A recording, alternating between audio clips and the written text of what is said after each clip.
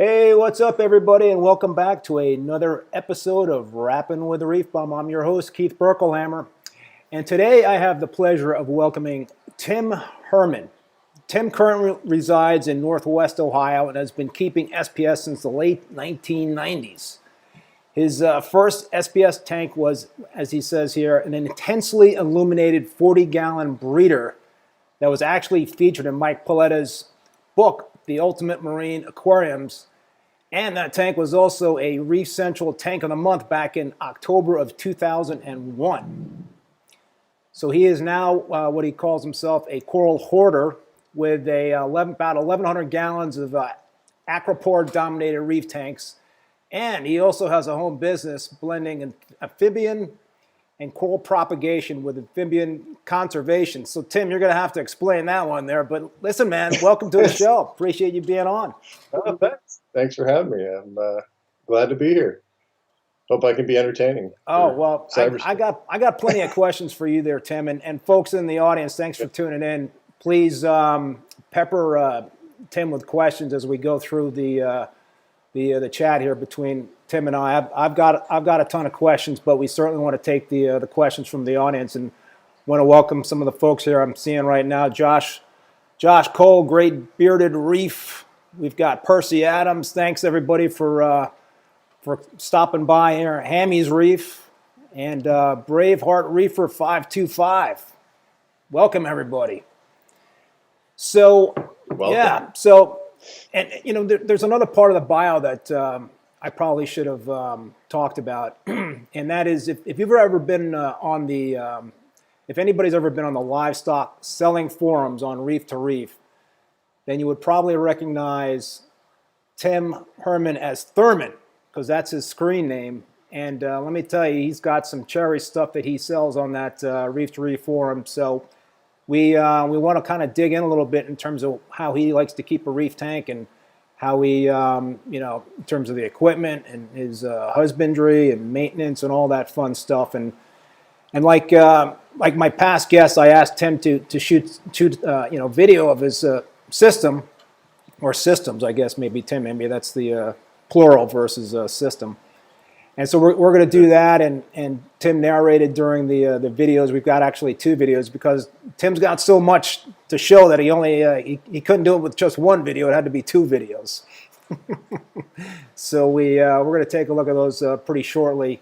But Tim, how's everything going in terms of COVID and what have you? You and your family staying safe during these crazy times? It just seems like it doesn't end. Yeah, it's definitely a change of lifestyle. Luckily, I was working from home before it happened, so the shift for me hasn't been that dramatic. But in terms of the kids and wife and everybody being home for months on end, that was quite a little bit of change in my schedule and lifestyle. And now I've got 2 kids that are distance learning from their school, so I manage that during the day as well as all the other stuff I keep track of in a given day. It's kind of like the new normal we got going on here, and it's I'd hate to say that one can get used to this sort of life, but hopefully it'll end sooner than later because it's. I guess the one positive thing we've talked about on the show is that folks have more time to take care of their reef tanks, which is a good thing because they're home more. Mm-hmm. I will have to say my travel has been cut dramatically this year, and I think all the corals are appreciating it. Everything's grown about as good as I can ever remember it. So let me, well, you know what, Tim, before we kind of get in and talking about the reef tanks, so talk about the amphibian stuff because that's a whole nother piece of what you're doing there out of the house. Yeah, I was back when I was an undergraduate, and I had that first reef tank that was in the book and the tank of the month. I was sort of at a crossroads, and my biology background was always ended up knew I was going in that direction, but I didn't know which career path. And I was looking at either coral research or amphibian stuff in zoos. And on paper, I looked a little more suited for the amphibian career. So I ended up getting a job in a zoo right out of my undergrad.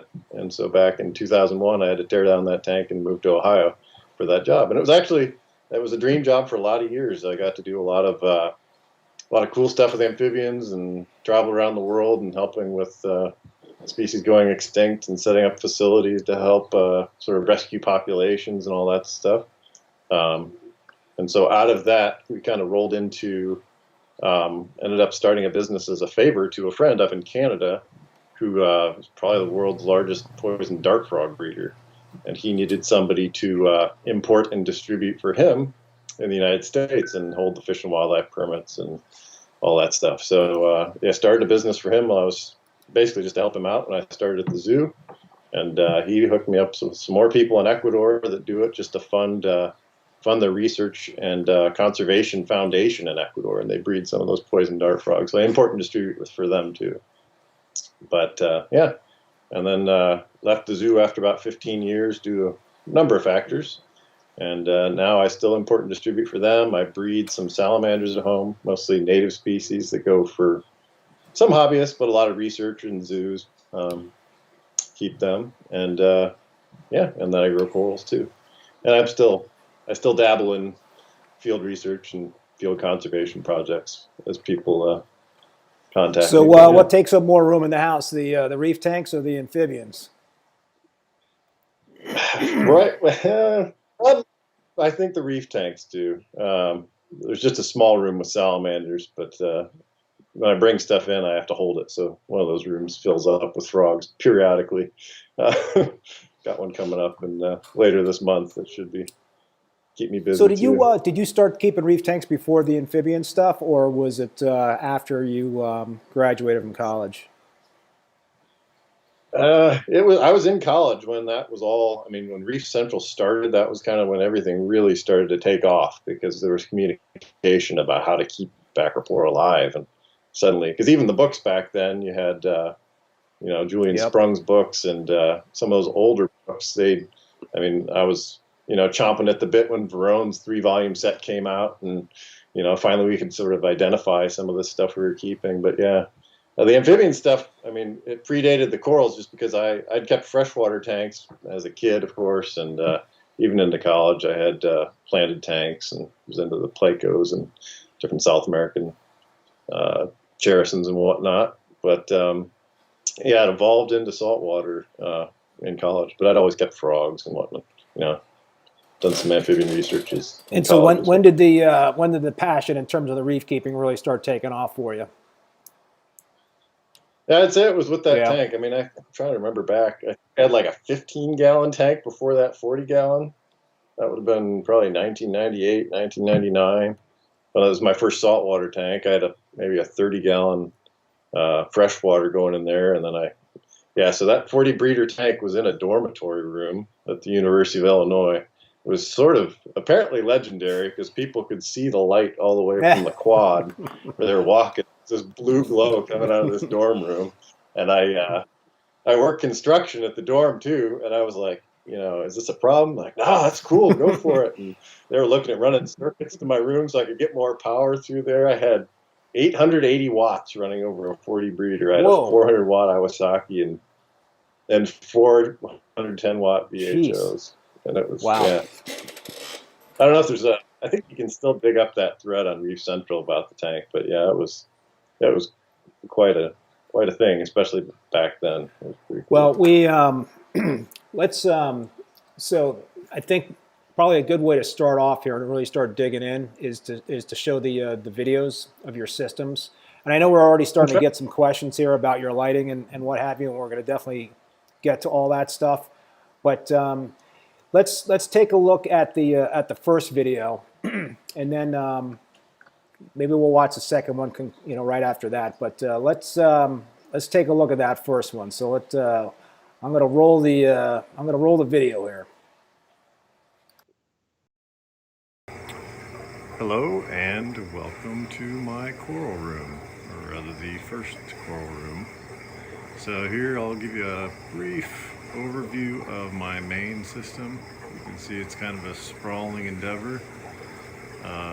Unfortunately, it was started as a small system and added on piece by piece over the years, so it has kind of a haphazard nature to it.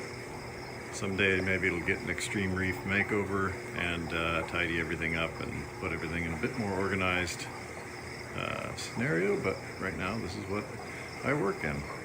So virtually all the coral that I grow is in this system. It all runs back to that stock tank sump over there. We can start there if we want and talk a little bit about equipment. Pardon the crickets and the running water sound. I do breed crickets in here for the amphibian side of my collections, so I always get a little bit of cricket background noise. So you can see just a stock tank sump, which a lot of people have probably used over the years. I've got a Deltec skimmer there. Got the biggest Calcium reactor we can run. A Master Flex peristaltic pump feeding that. And an EB8 laden with a spaghetti tangle of cords. So everything runs back to this. You can see we have two main circuits that run off of this system. Actually three. The first one is this loop of tanks around the perimeter of the room. Up at the highest level is this 180, which has most of the larger fish. Well, it has the most fish, maybe 20 or so in it. The big ones being a Moorish idol, majestic angel, and a big fox face that keeps everything in control. Algae-wise, we can see with some of the huge colonies I have. This tank was one of the last ones added to the system and just kind of a place to put huge colonies to let them grow out and stretch their legs. And the Acropora that have big thick branches really don't take off until they hit a certain size like that. So cascading down past this, we just have one of several long and low, roughly 12-13 inch deep Acropora tanks. All the lighting's a little goofy right now because normally the lighting schedule is staggered to help with stability of the pH. So some things are sucking up carbon dioxide and photosynthesizing, and others are not. It evens out and keeps it a little more stable. Again, I don't think I could talk about all the different Acropora I have. There's probably hundreds. Don't even have a master list put together right now. See a lot of colonies. Most of them that I grow and propagate are in the 4 to 6 inch range. If they get much bigger than that, they really get out of hand, and you're dealing with an exponential growth rate that's a lot of cutting and more coral than you can really deal with, at least than I can deal with. Keep so much variety in the collection. A little bit of all sorts of types of Acropora. This one normally has a lot more white on it, but I had to kick the lights on and make it blue right now, just as a product of the various control systems. Over here is another tank I tend to keep a lot of the frags in, or some of the stuff I'm interested in paying a little closer attention to. Maybe high value or high interest to me, along with some of the frags of those corals that are growing out or going to send out to people that are interested in grabbing some of this variety of SPS from me. So a lot of great colors. One little odd add-on to the system I have down here underneath is a 40 breeder that's an overflow tank for the sump. As I started adding on tanks, got to the point where in a power outage, which is pretty rare, I have or a return pump failure more likely. I do have a generator backing up everything. But in that event where all circulation pumps go off, the sump did start overflowing, so I just added a little overflow spout there, that larger diameter PVC at an angle, catches it before it overflows and directs the excess water down in that overflow tank down there. There's a refugium full of Chaeto algae and a few other odds and ends algae, which probably does help in pulling phosphates down, and I'll go into more details about nutrients I think in our interview portion, but this is just more of a tour. Again, this is one of the later additions to the system, probably the last tank that was added to this room. This is one of 2 acrylic tanks in here, and this has the Reef Breeders lights. I do use a whole lot of those Reef Breeders lights now. For a lot of years I used DIY LEDs, and I still have some fixtures running going on 10 years. This is one of the older tanks, frameless, roughly 3-foot cube, or half cube, sorry.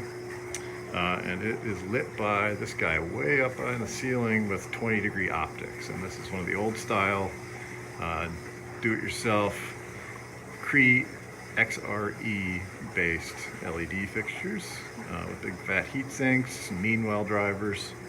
And with those tight optics, I'm able to run it about 3 feet off the water. Kind of adds a nice open feeling and an open effect to viewing the tank. Unfortunately, most of the time there is a lid on here, a mesh lid to keep the fish in. But every now and then, like for this tour, take the top off and you can enjoy it. I've got a few major colonies in here. Everything's kind of in a bit of an overhaul state right now. Trying to start some new colonies of different things. Over the years, some things get overgrown, some things don't do too well. I have a whole lot of encrusting monopora, which covers most of the bottom glass. Some Leptoceras. This huge colony of Possilopora vericosa, which is actually hitting the surface over there. A lot of these corals have been in my collection for well over 10 years. The whole system started back in 2006 and was moved in 2012 and has evolved from 2 tanks in that sump up to this kind of sprawling system I have now. So you can see there's one more DIY fixture there along that back wall. That was the last one I made before some of the discovered the Reef Breeders with the assistance of Adam at Battle Corals. He was kind of a proponent of them and really did a lot of good trial and error with those fixtures, and found out they did a great job of growing Acropora, so I slowly added those on and they did great, so I bought more and more and more over the years. So, alright, that's probably it for this room. Can talk a little bit more about hardware. We're not looking at corals, and I'm just a talking head. Alright.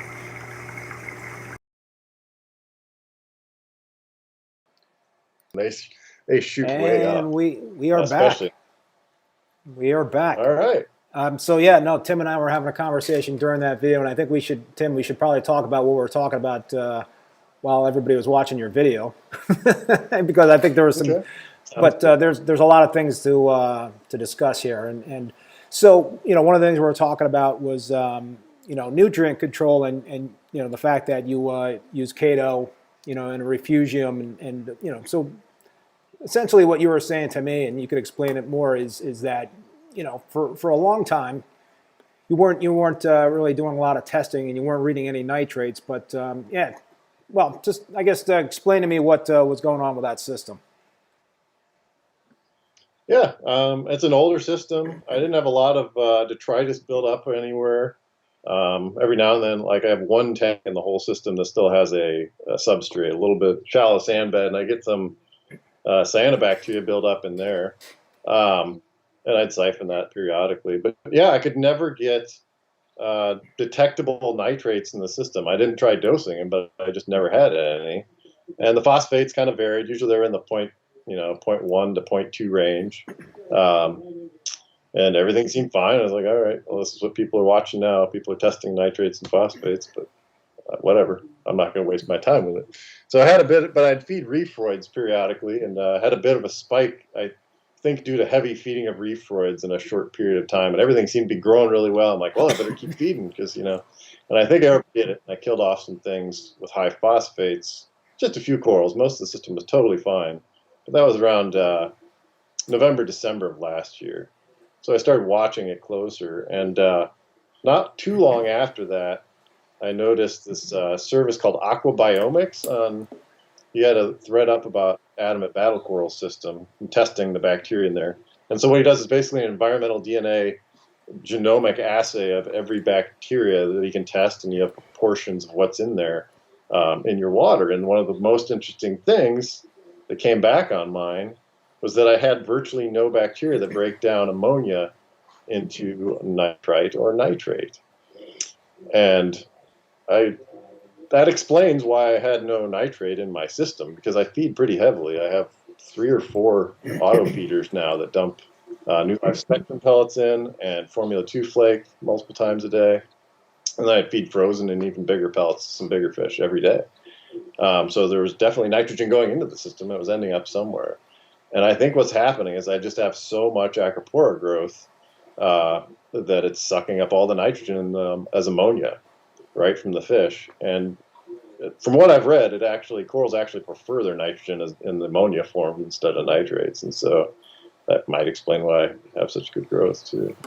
And I don't know if it's something you can actually set up in a tank without, I don't know how you end up with that equilibrium. It's just sort of something that builds up. Did you do anything as a result of the test results, or just kind of gave you more of a clarity in terms of what's going on? The bacterial stuff. In terms of bacterial stuff, not really. I didn't change anything other than a couple times I tried dosing. I think just once or twice I tried dosing nitrate to see if I could build it up, and the corals did not like it. I started having things getting cranky and looking weird that clearly were responding differently. So I just stopped that, and I still watch my phosphates. I try to keep them around 0.15. That's still pretty high, though. 0.15, but yeah, which is high, yeah.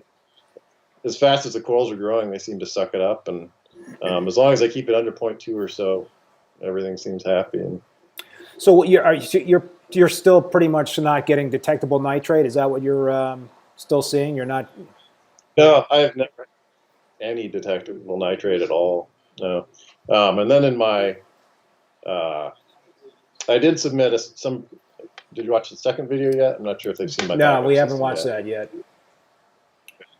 So the backup system, yeah, it's a newer system, and we just set it up less than a year ago, and I did send in a sample along with that one, just to see if I could see what the bacteria were doing in there, because I set up with a lot of the rock from the old system, and it's never really stabilized quite right. I have started dosing nitrates in that just to bring up nitrogen, but there's not enough fish, I think, to really feed the corals in that. Yeah, in my 187-gallon tank, I've been dosing nitrates pretty much from the get-go, And you know, it's a very mature tank. I've got a lot of SPS in the tank, and yeah, if I don't dose the nitrates, then my nitrates will get down to close to zero. So I think it's that the same sort of thing that's going on with me is I'm getting a lot of you know, it's getting absorbed by the acros, and I even dose phosphate, not as much, but every now and then I have to dose phosphate. And I use Chaeto as well.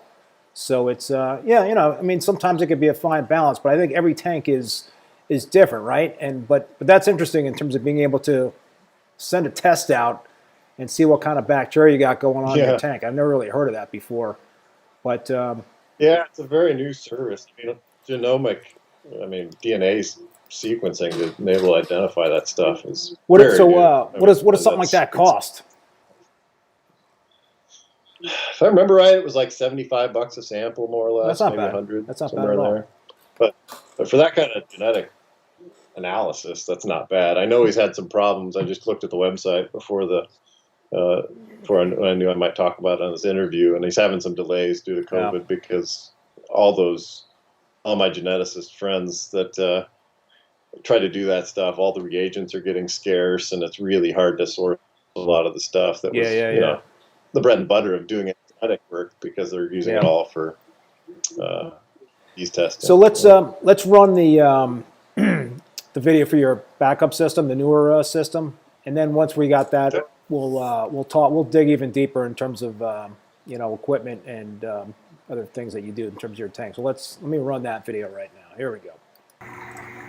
All right, I am back in the other coral room. This one is mainly storage of boxes and whatnot, this room, but late last year, after, quite a few years, 14 years or so of the other system, I decided to add a second one to try and back up some of the colonies of rare corals that I have. And just in case of a catastrophic failure in the other system, I had a source here to restock my system. Well, I am not going to talk too much about the corals in here because this is a newer system. It's been kind of a rough few months of startup. Corals have lived. Acropora, most of them haven't grown well and are a little goofy due to lower nutrients in the system. It's a bit of a shock to them going from the other one, but I will talk about the hardware in here because this is kind of the refined convergence of all the trial and error in the other room put into one system, tidied up. I have a lot of raceway or cord raceways there that contain everything, the miles and miles of cables involved in all the light fixtures and pumps, and everything's just a little cleaner to look at so you can see what's going on. So again, I did end up going with acrylic tanks in here, all virtually identical to that middle tank in the other room, just because glass tanks got a little hard to find in a fairly close driving distance, and I found a guy less than a mile away who makes acrylic tanks. His business called Acrylic Concepts here in Ohio, and he delivers to my door and makes fantastic quality acrylic tanks. So I got over my fear of coral and algae on acrylic and have been using them since with good success.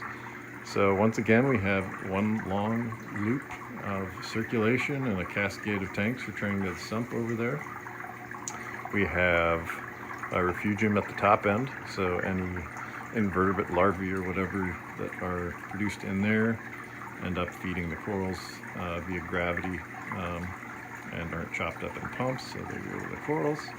I switched over to using PEX on most of my return lines, especially in most of my plumbing. Reusable parts, reusable plumbing, a little better for the environment, less wasteful, and less sloppy to work with. And you can see again Reef Breeders fixtures. These are all the 50-inch fixtures paired up. Really cooking.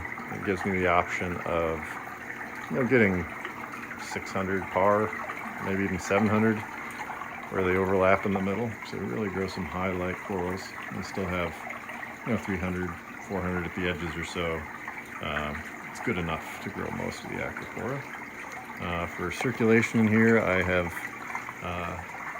been lucky enough to be friends with Carlos Chacon at Coral View for many, many years, going back to the late 90s probably. And he's been a good source of information, and supplying me with Coral View products and max spec. So here we have some of those newer gyres, max spec gyres. These are the 350s.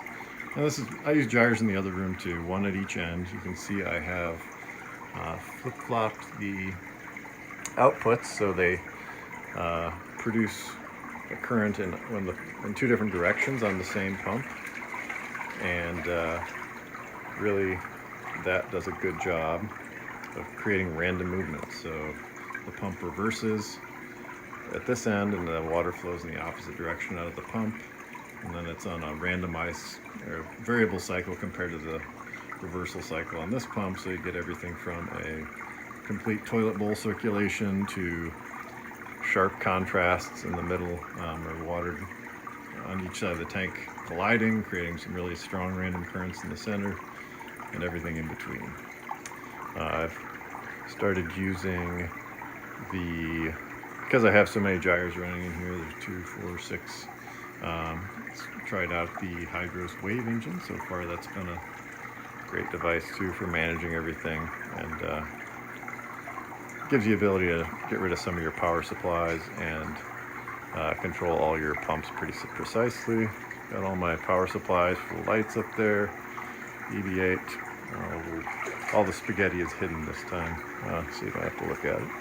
And then going back here to the more major equipment, got a peristaltic pump, the Ecotech Versus running this smaller georeactor, which is actually my old reactor from the other room. Alcatronic alkalinity monitor, newer Apex in here, and of course auto top off, a CO2 tank, the good old handy carbon doser CO2 regulator, which is an essential part of your calcium reactor setup. So that's what I have going on in here, and I imagine you guys will have questions or want to know more details, so talk to you then. And we are back. Tim, a lot to talk about there. One, Mike Gray made this comment, but I agree. Look at the flow in that bad boy. So it looked like a washing machine in some of those tanks there, I'll tell you. But yeah, talk about the flow that you got going on there, and why you have so much flow going through there, those tanks. Sure. And they're on a program that varies quite a bit. But yeah, so there's a max spec gyre at each end. I think I mentioned that in the video, and reverse the propellers, and so they alternate on either side. So sometimes the flow is on one side, and sometimes it's on the other side. And then they ramp up and down in terms of that, and then they also are on a varying schedule on either side. So sometimes it's really, harsh contrast in the middle, harsh collision of water in the middle, and sometimes just kind of a gentle flow.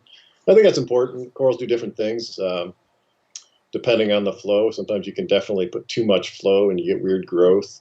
But yeah, keeping them oxygenated and keep that boundary layer broken up and keep the water moving around is absolutely essential for SPS. Yeah, you're delivering, you're not only are you delivering nutrients to the corals and whatnot in terms of the food that's floating around out in there. It's it's good for the polyp extension. It also helps keep the detritus off the bottom, and that's another thing that we're talking about while the videos are running. You pretty much keep bare bottom tanks, and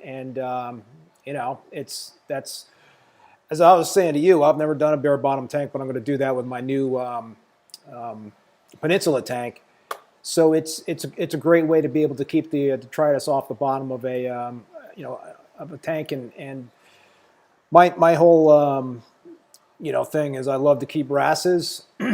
So on that tank I'm not going to have any wrasses, but I'll look at all the wrasses in my other tank in that sand bed. But it's I think it's something that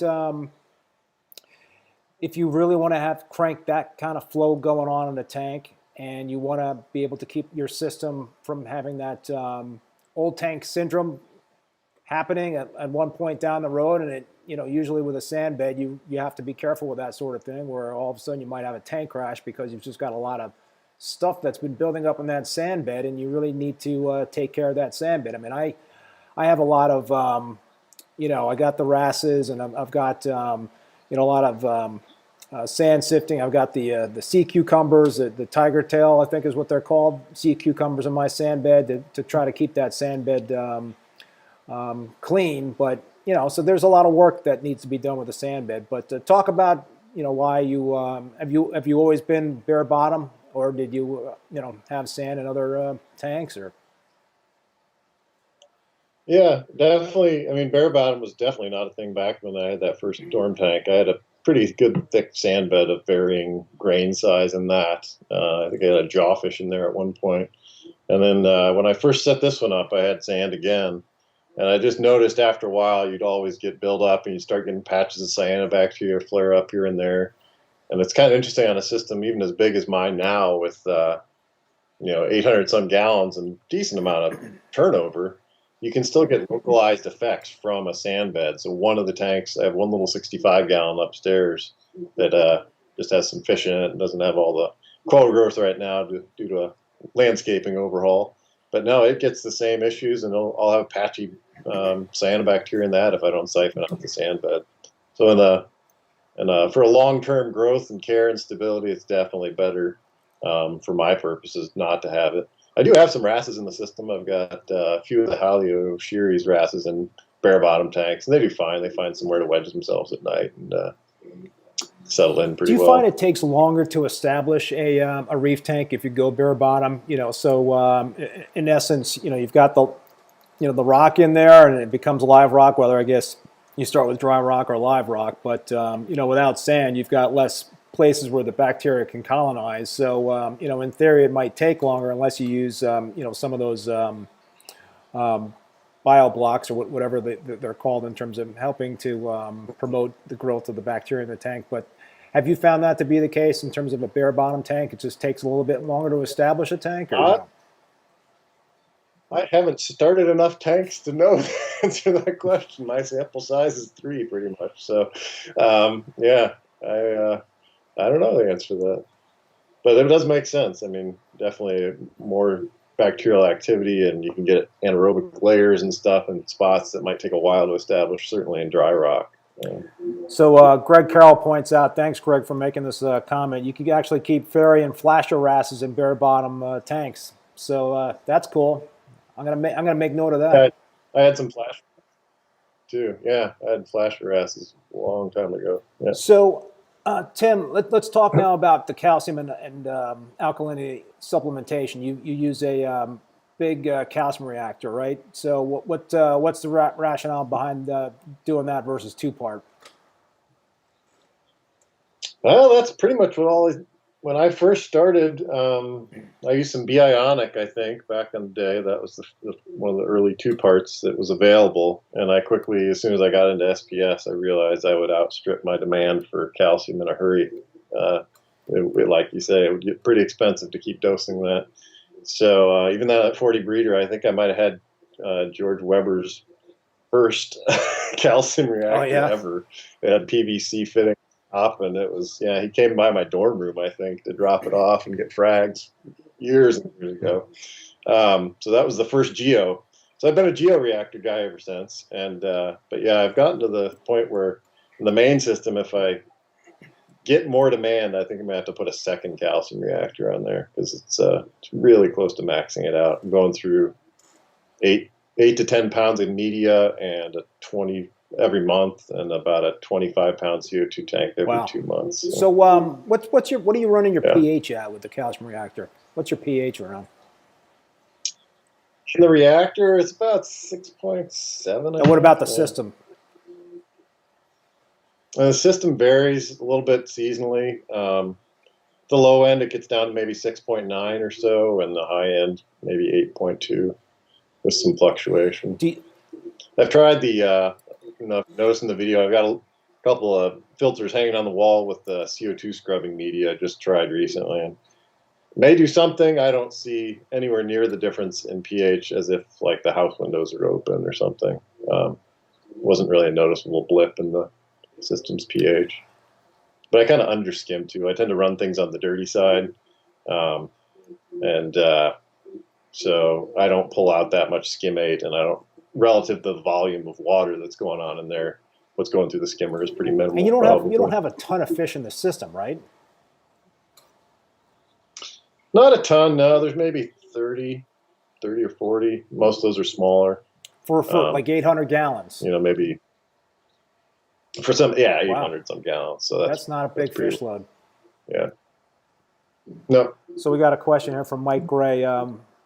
What's the threshold to say using 2-part and using calcium reactor? At what point would I say, okay, let's stop 2-part and go to the calcium reactor? I can answer that because I'm on the cusp of doing that myself. I dose 2-part, on my 187 gallon tank, and I'm dosing close to 300 mLs, of alkalinity and calcium a day, 300 a day. So it's not cheap. I mean, I'm not making my own stuff, so I'm using a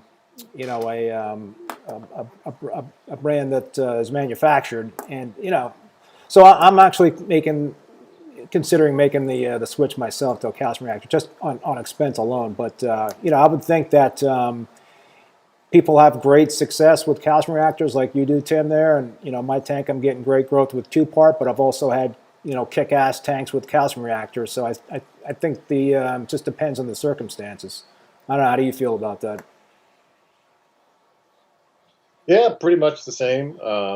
I've always been a little leery. I mean, there's potential for disaster with both, but I've heard of more crashes maybe with 2-part just because of its automated dosing, and something gets out of whack, you dump a bunch in there, and that'll nuke the system in a hurry. The worst thing that happens in the calcium reactor is usually you melt your media, and it hasn't affected the system too much. It's just made a big day of work for yourself, cleaning it out and starting over with fresh media.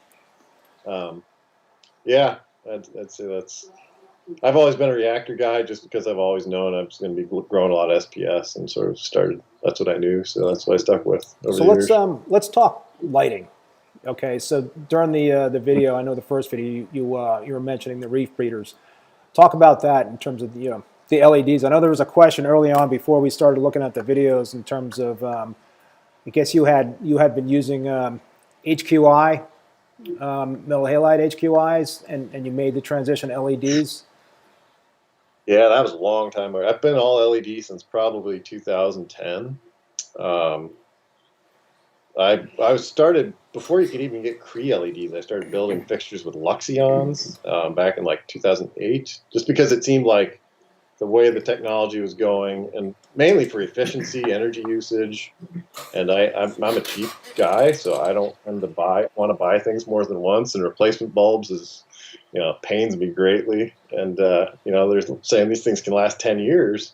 And, they use a fraction of the electricity. There's got to be some way to grow corals with them. So I started putting together, just my own little jerry-rigged things and testing them out. And then there was this thread on Reef Central by a guy named Soundwave where he built this big, those big honking heat sinks, just like my current fixture that I still have running there. And it's just a matrix of, it was cool white and royal blue LEDs back then. And then we started working more colors in. But yeah, it's been all LED since then. And I wasn't a, see which works better kind of guy. I was this is going to work, and I'm going to make it work kind of guy. So how did you end up with the reef breeders?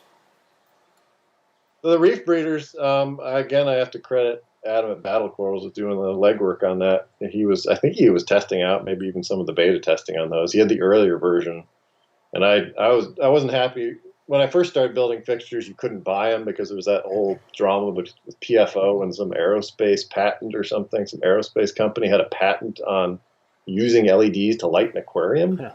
They had legal battles over it. I don't know if you had been around a while to remember all that stuff. But so you couldn't buy an LED fixture for an aquarium for a lot of years. And so you had to make your own. And that's what I knew, so that's what I stuck with.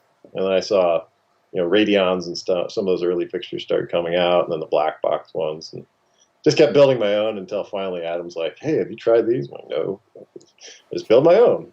And then the last one I built got so big and was so expensive, it probably cost 3 times what a reef breeder setup would. So that's when I decided I can take the few weeks of my life back and just pay them to build it for me. And been really happy since. So really no desire to check out the new Radion 5s or what are the latest and greatest out there? You're sticking with what works, it sounds like.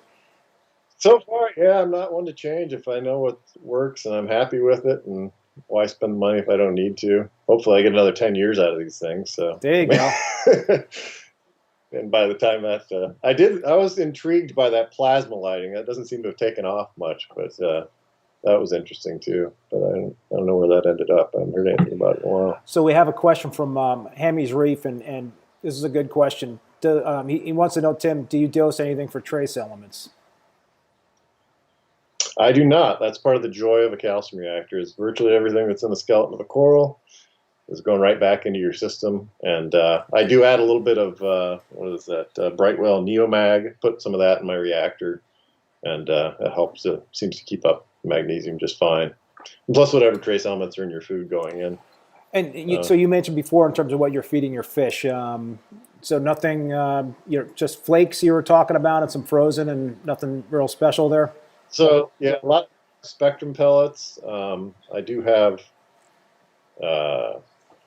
some Formula 2 flakes mixed into that, and then I make my own fish food just out of frozen seafood from the grocery store. Sometimes I just buy the frozen stuff and thaw it and blender it and freeze it in flat Ziplocs and break off a piece, mix it with nori and throw whatever's around in there. I'll throw some Reefroids in there. I'll squirt some, I've got a similar similar recipe. Yeah. It's like, oh, there's no oysters this week. I guess we're not getting oysters in this batch, kind of thing. And I'll make enough to last several months and maybe twice. So you mentioned Reefroids. Do you any other coral foods that you utilize on a regular basis? Aminos? Do you dose amino acids?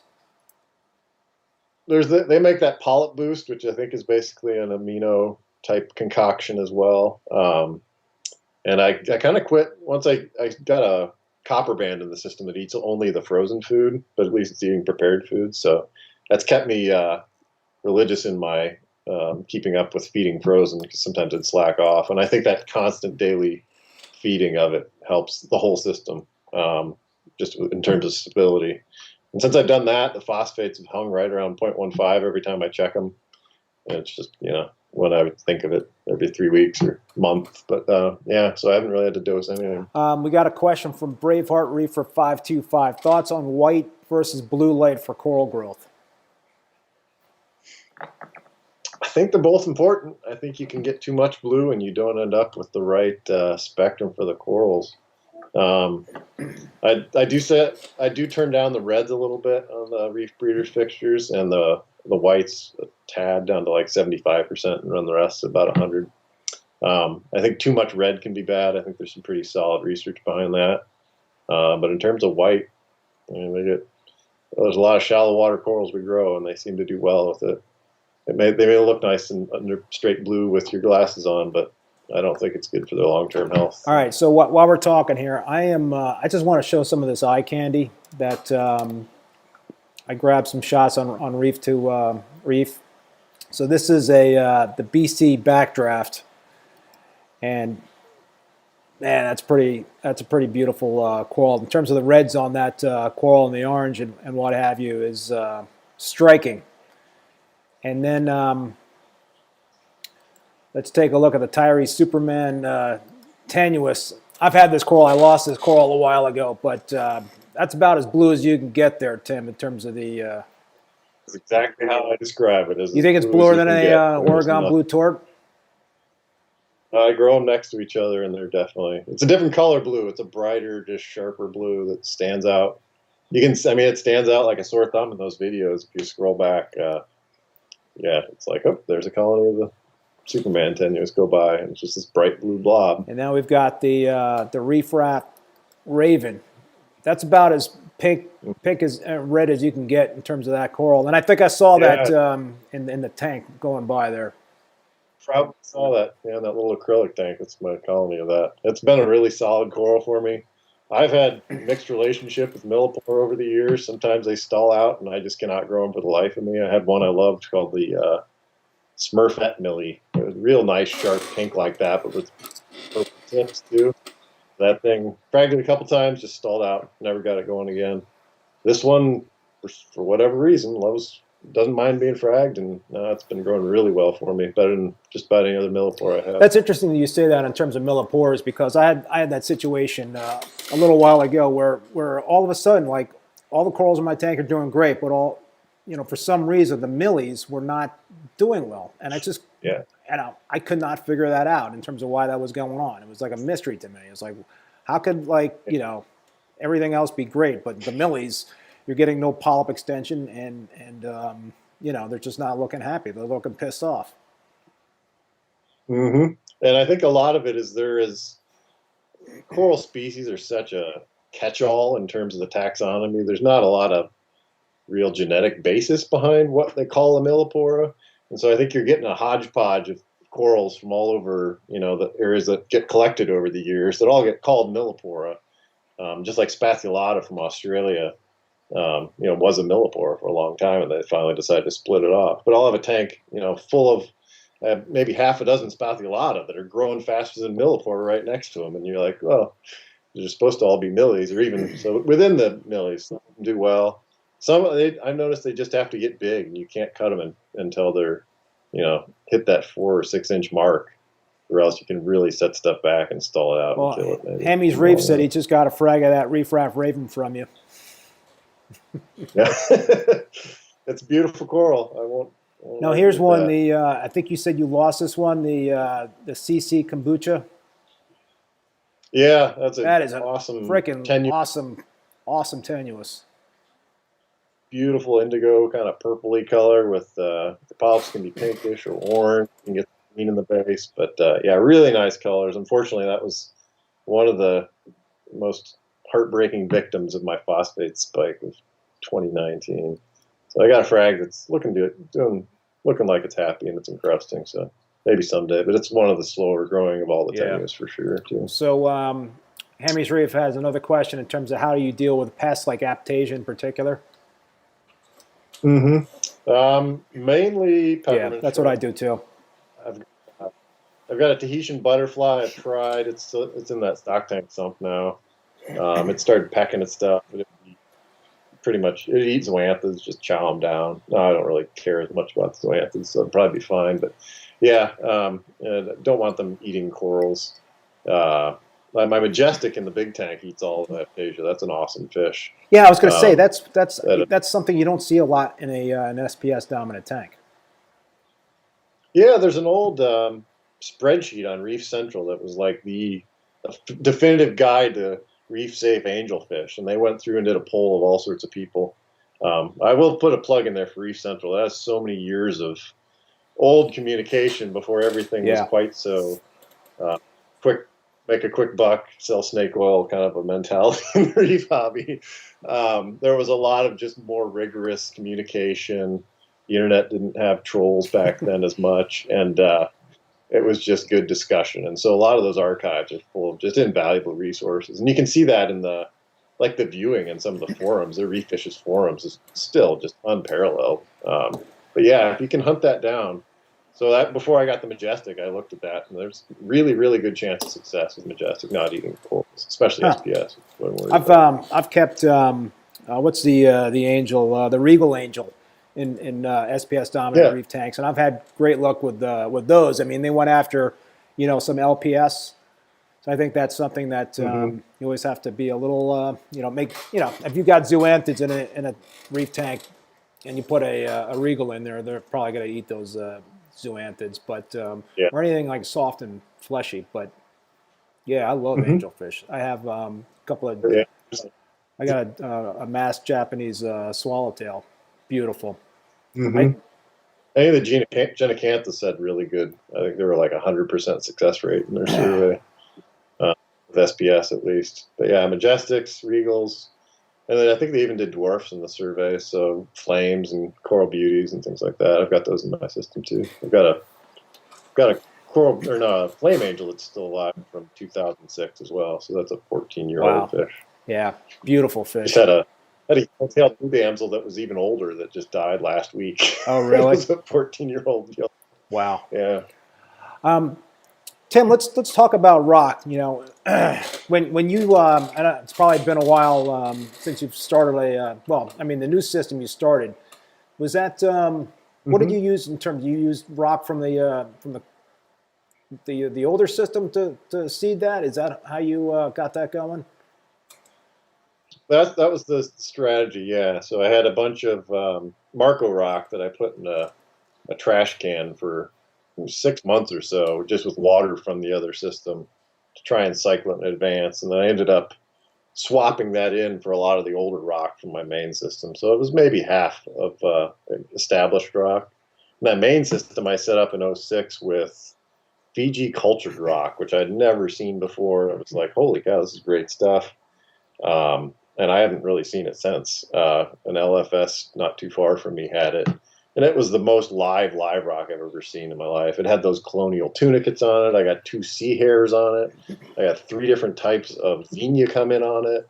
Tubipora, 2 different types of Tubipora. Just full of life. And I think starting the system with that really put me ahead of the game, years ago. And then all the rock since then has been, I used some like yellow tufa from a landscaping place near here as some of the base, and I'd drill it out and put a bunch of holes in it.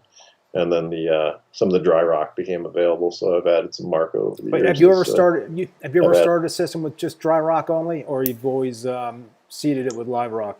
No, really, essentially, I've always had access to live rock back in the 90s and then in 2006, and now the rock that's in that main system is just covered in sponge. It's as live as anything you're going to find in the ocean. So let's say for the most part. You and your family moved to a new house, and you had to get rid of everything that you have right now in terms of your collection and your system. And if you had to start brand spanking new, would you start with dry rock only, or would you try to like hunt down some live rock?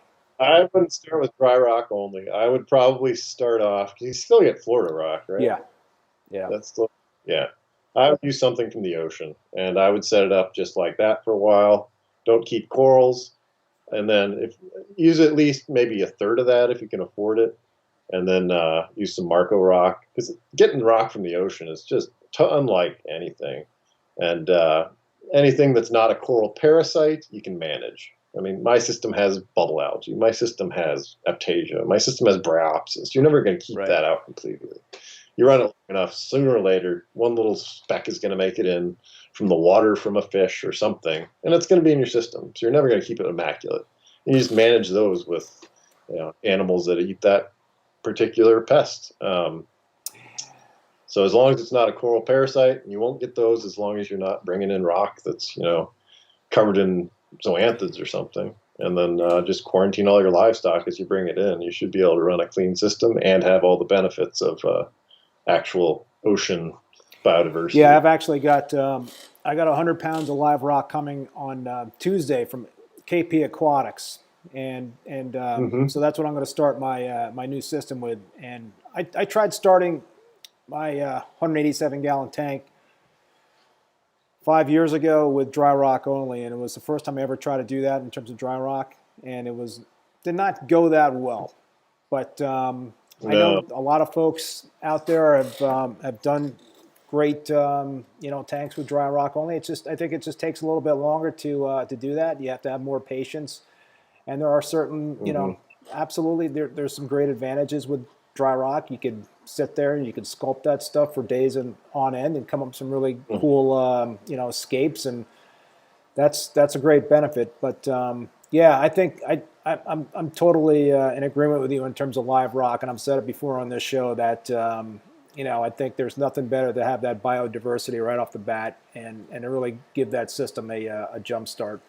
But it's a personal preference in terms of which way to go. But the reality of the situation is live rock is not available like it was back a few years ago. It's a lot harder to come by. Yeah, even that, the calcium reactors that's got me worried, because I used Reborn, Two Little Fishies Reborn calcium reactor media for years and years, and suddenly it's not coming in the past year or so. So I'm trying to wean myself onto some other things and trying them out, but they definitely dissolve at a totally different pH, and it's going to be a big transition if the supply doesn't pick back up. So we'll see. So I'm happy right now, but my system could go through some major adjustments here in the next year or so as I run out. just looking to see if we got any more questions from the audience. Satan Nova, hey man, thanks for joining the live stream, and I just want to remind folks out there that if they have any questions for Tim, to fire away. I still got a bunch of questions I'm going to ask him, but yeah, Tim, I think one thing we didn't I didn't ask you before is in terms of, you know, so we talked about nitrates and phosphates in terms of what you kind of keep those levels at and pH, but what about alkalinity and calcium? What do you shoot for with those? You know, we saw the Alkatronic. What do you like to keep your alk and calcium at? Most importantly, the alkalinity. Yeah, alkaline calcium with the reactor, the calcium just kind of goes along with the alkalinity. So I keep it around, I like 9.2 or so. I've noticed some things perk up. I was at, you know, the low 8s for a lot of years. And I think I had more issues with things like milliporas that just did not like it. I may have had more success with some species like Echinata, that Acropora Echinata, had that huge colony ice fire that finally just croaked after the clam did over the next year. Oh, I got a picture of so. that clam. Let's look at that clam. Here we go. Look at that. That is one heck of a specimen right there. That how big of a blue squammy was that, Tim? I mean, that's Oh, that shell, I think it's around 13, 14 inches. I got the shell downstairs still. Yeah, fully expanded, it was probably pushing 20 inches. that was probably sucking up a lot of stuff. Yeah, and honestly, I think that probably created this microenvironment of chemistry. It was right next to that big ice fire echinata colony. That was probably, I mean, this phosphate spike happened later that year, if I remember right, or a little, you know, the following year. I probably went through some major swings in nutrients. Blue squammy is pretty much like the holy grail when it comes to clams out there. I mean, I know teardrop, like a blue teardrop, is a clam that's a very rare clam, and you can get those today. And I know that they culture, right, blue squammies. I mean, Live Aquaria had a bunch of them for a long time, but I haven't really seen any recently. I guess it just kind of depends on what's going on and what they're raising out, you know, on the farms. Yeah, and that one actually, when I got it, I traded Xenia. Really? There was a guy in town that had a little basement coral business going, and he got some in. I was like, oh, that's a nice one. But it wasn't bright blue. It was gold with little blue dots in it. And I thought, oh, eat one. And I traded him a bunch of Xenia because he could turn over Xenia. And yeah, and I grew it. It was probably 2.5, 3 inches long when I got it, and grew that big in the ensuing close to 10 years, probably. I tell you, it seems different these days with clams. I mean, you know, years ago, I used to be able to keep clams for years and not have any issues. But you know, recently, when I try to, you know, keep a clam in my system, it's just kind of like crap out after 6 months or 10 months or 12 months. It seems a lot harder these days for some reason to keep clams in the system, and I'm not exactly sure why. No, and my friend Carlos said, yeah, he said never add a clam to the system with an established clam because it'll die, and that may be what happened. I tried to add Hippopus, I think, to the system, and they died, and then within a month or two, that one spawned first, and then it went downhill and crashed, the big one. And I had kind of the same thing going again. I had a little blue one I'd gotten from a store in Indiana from a friend over there, and it grew up. It was growing great for about a year, and I tried to add a little gold one. The gold one died within a week or so, and then the blue one died. So it could be they bring in some pathogen, some bacteria or virus that is contagious. Definitely, I think if you can quarantine clams, that's probably the best strategy. Right now, I think I've got one upstairs that's an odd thing. It might be a Squamosa maxima hybrid or something. It seems to be stuff small. A couple of Hippopus doing well, but no big squammies like that one anymore. No, that was a beautiful clam. But Tim, one of the other things we haven't talked about is what you do in terms of maintenance. You know, what is your maintenance routine, like water changes and you know, what else do you do to your tank on a regular basis maintenance wise? Yeah, I don't do a lot of water changes just because I move enough water through. I've never been that big a proponent of them, as long as everything's stable. I do move. Probably ends up being about 100 gallons a month, just in terms of various things, siphoning out gunk. I will siphon out all those bare bottom prop tanks. If I see detritus building up, I'll pull that out. And so there's, 3 or 5 gallons here, 3 or 5 gallons there. And you can see a really big, dirty, dark tank next to the refugium in the video. And it's a 100-gallon tank up on a stand with the ball valve on a drain in the bottom. And for a while there, I actually had corals in it when I first moved into that house. But now it's just my salt mixing tank. And kind of cracks me up when people are like, I've got this residue in my salt mixing bucket, and I've got like sheets of algae blowing. Who knows what's in there? But I just throw a bag of salt in and fill it with RO, and yeah. What brand of salt do you use? Reef crystals. Been using that pretty much the whole time. If it isn't broke, don't fix it. Yeah, so. No, that's true. I think sometimes you can kind of like get a little too into the weeds in terms of salt brands going back and forth. And I've always found in reef keeping that stability is good. So the less changes you make, the better. Yeah. So Tim, if you had to, give advice to somebody that, has been keeping SPS for a while and is not getting the great color and growth that they, would really like, or maybe, they've seen with somebody else that can get like what you can get with your tanks. What advice would you give somebody to help them try to like get to the next level with SPS? I would say check on nutrients. Like I said, I didn't really watch them for a lot of years, and I think they definitely play a role. I've never, for lighting, I haven't really messed around too much in terms of spectrum and whatnot. I've tried setting up a little prop tank with T5s on it and just was not happy after 6 months or a year, and took them off and bought an LED fixture to put on it. When you're used to one thing, it's kind of other things don't look quite right. But yeah, you might want to raise your nutrients. I think people have drifted away from that ultra low nutrient system where you're trying to microdose everything. And that's probably a good thing. And if you can increase your nutrients just with fish food and fish, I think that's probably your best plan.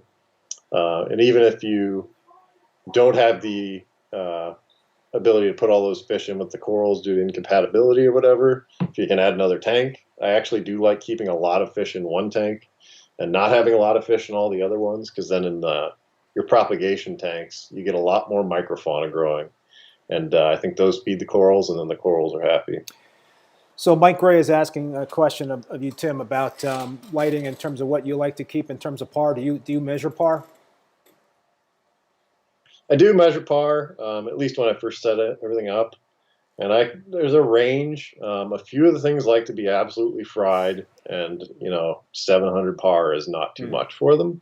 Most corals are not like that.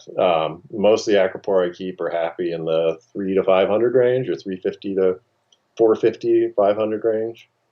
So yeah, that's pretty much what I target. And that's like in that middle, in those newer acrylic tanks, you'll see there's 2 fixtures side by side, and that was to create that hot zone down the middle where I could experiment with things that like cranky millipore that just didn't seem to grow. And it was that seemed to help with some of them for sure. We were talking before the show, and I had Abe from Coral Euphoria on, and one of the things that he does when he has an SPS that's not really doing much in terms of branching and growing, he'll clip branches, and I think he even will put the frag kind of like on the edge of something to kind of force it to grow, so almost like turning it on its side. Do you do any of that sort of thing to try to get SPS to kind of like get into gear and start growing? Now and then, I've noticed, like, I had an old colony of Disney Junior that was honestly on its way out. Like, I had another colony that was my backup that had gotten big and bushy and was growing actively.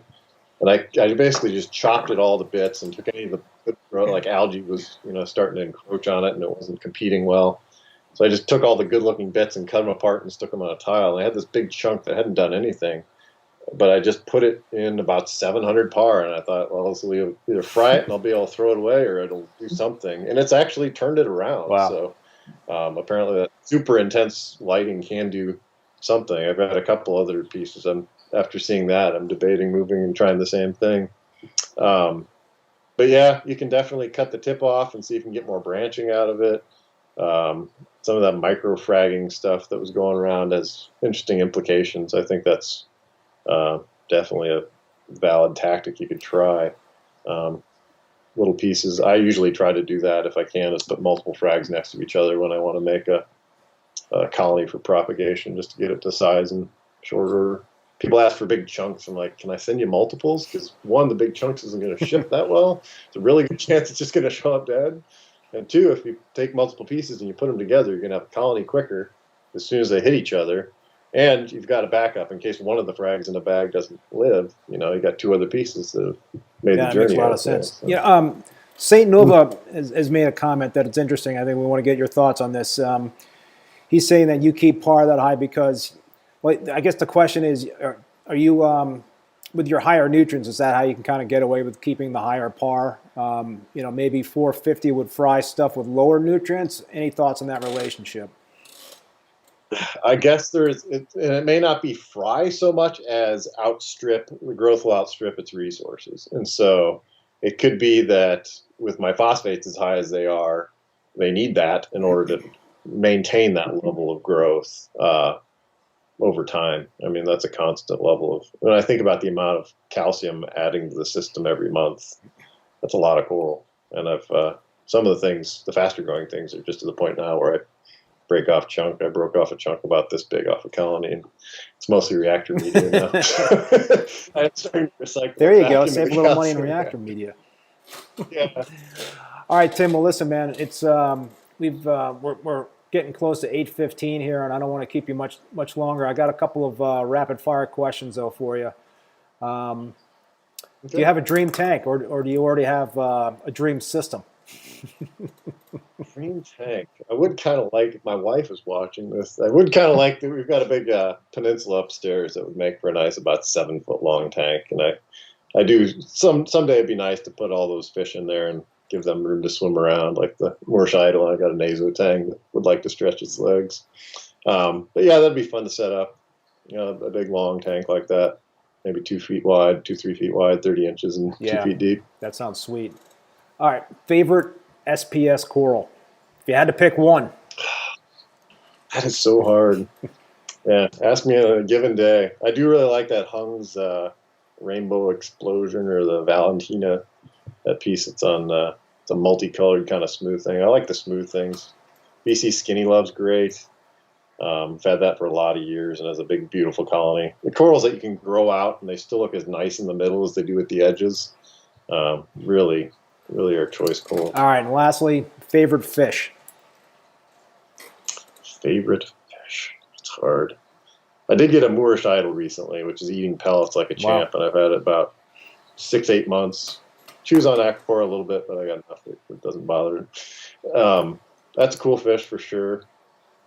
I got a really nice little Potter's Angel too in the system. That's one of my favorites. And the Majestic. That big Majestic's over 10 years old now. Looks as good as the day I bought him. Yeah, so. That's awesome. Or better. So Tim, any final thoughts before we sign off here tonight? Not really. I just appreciate everybody's interest, and hope I can help you out. If you have more questions, you can probably post them on that tank thread that's on Reef to Reef. I've got a thread about my system that's been going for probably a couple of years now, and you'll see a lot more photos like he showed you. I've tried to up my photography game over the past couple of years and using an underwater camera. So, but yeah, shoot me a question there. I'd be happy to help. And and you guys could even put questions in the comments, after the live stream is done, and we could look at the monitor those comments as well. So anyway, Tim, thank you again so much for being a guest. I really, really appreciate it. Hopefully we could have you on again, next year at some point to talk more. I love talking SPS with other SPS nuts out there like myself. All right. Oh, this is great. Appreciate it. So, all right, folks, thanks for tuning in. I'm going to have another show again in 2 Sundays. And actually, Tim, you mentioned Adam from Battle Corals. He's going to be my guest on Sunday, November 1st at 7 p.m. So it took a lot to get Adam to get onto the show here. He's a busy guy, but I'm psyched to get him on, and hopefully everybody will tune in for that. It certainly will be another great show. So with that, we're going to sign off and say goodnight. Everybody, thanks again for tuning in. Stay safe, be well, and we will see you in a